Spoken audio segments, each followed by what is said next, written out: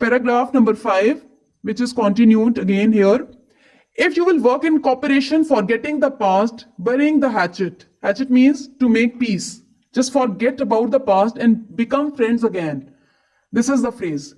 You are bound to succeed. And if you change your past and work together in a spirit that every one of you, no matter to what community he belongs, no matter what relations he had with you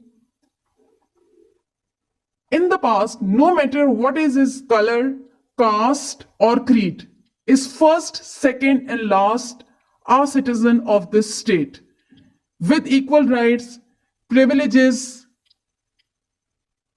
Privileges means benefits, and obligations. Obligations means duty or commitments.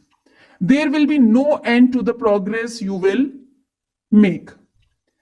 Quaid-e-Azam Muhammad Ali Jinnah in his speech focuses on this point that everyone is equal as a citizen of Pakistan. Everyone would be considered as a citizen of Pakistan, no matter a person belongs to minority and no matter the person belongs to a majority, that is Muslim. Everyone would be treated equally as a citizen of Pakistan. So what we need to do for the progress of our country, we will have to forget our past. And what does he mean when he says that we need to forget our past, our differences, and we have to make peace with the present? In this way, we'll succeed.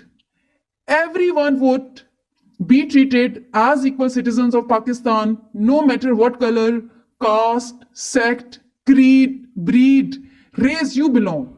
All citizens would enjoy equal rights, benefits, freedom of speech, and obligations, duties as citizens of Pakistan.